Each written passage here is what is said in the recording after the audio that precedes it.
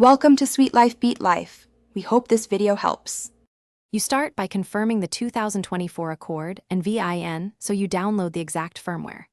Next, make sure the battery is healthy or hooked to a charger. Unstable power will corrupt an update.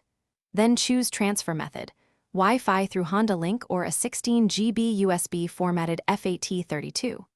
Once done, sign into your Honda account, select your vehicle, and initiate the system's software download so the file is ready for transfer.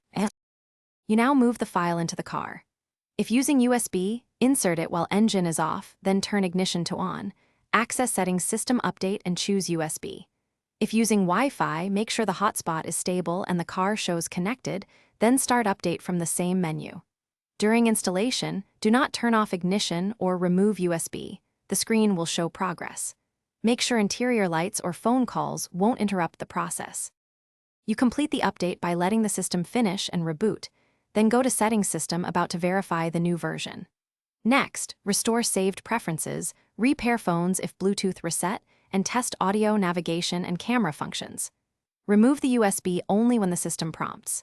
If anything goes wrong, reformat USB to FAT32, download the file again, ensure battery voltage is stable, or try the update via Wi-Fi. Thanks for watching. Consider subscribing if we helped you.